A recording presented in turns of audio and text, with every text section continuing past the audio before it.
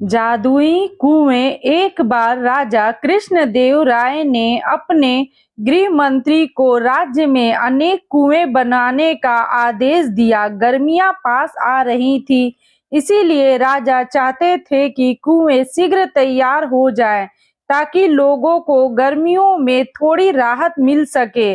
गृह मंत्री ने इस कार्य के लिए शाही कोष से बहुत सा धन लिया। शीघ्र ही राजा के आदेशानुसार नगर में अनेक कुएं तैयार हो गए। इसके बाद एक दिन राजा ने नगर भ्रमण किया और कुछ कुओं का स्वयं निरीक्षण किया। अपने आदेश को पूरा होते देख वह संतुष्ट हो गए। गर्मियों में एक दिन नगर के बाहर से कुछ गांव वाले तेनालीराम के पास पहुंचे। वे सभी गृह मंत्री के विरुद्ध शिकायत लेकर आए थे। तेनालीराम ने उनकी शिकायत सुनी और उन्हें न्याय प्राप्त करने का रास्ता बताया। तेनालीराम अगले दिन राजा से मिले और बोले, महाराज, मुझे विजयनगर में कुछ चोरों के होने की सूचना मिली है। वे हमारे कुएं चुरा रहे हैं। इस पर राजा बोले, क्या बात करते हो तेनाली? कोई चोर कुएं को कैसे चुरा सकता है?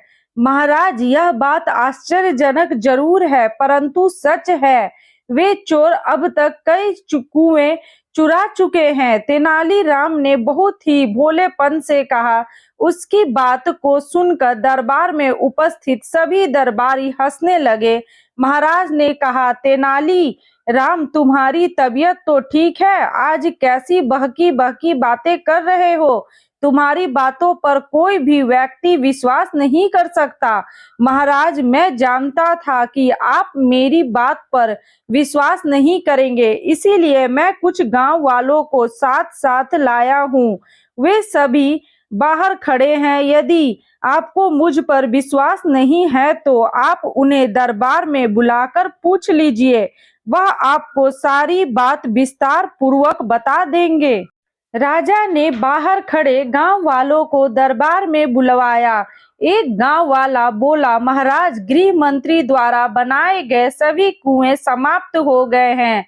आप स्वयं देख सकते हैं। राजा ने उनकी बात मान ली और गृह मंत्री तेनालीराम कुछ दरबारियों तथा गांव वालों के साथ कुओं का निरीक्षण करने के लिए चल दिए।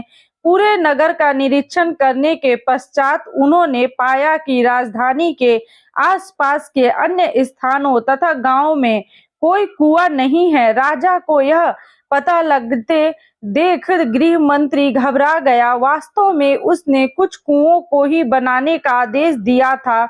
बचा हुआ धन उसने अपनी सुख सुविधाओं पर व्यय कर दिया। अब तक राजा भी तेनालीराम की बात का अर्थ समझ चुके थे। वे गृह मंत्री पर क्रोधित होने लगे। तभी तेनालीराम बीच में बोल पड़ा, महाराज, इसमें इनका कोई दोष नहीं है। वास्तव में वे एक जादुई कुएं थे जो बनने के कुछ दिन बाद ही हवा में समाप्त हो गए।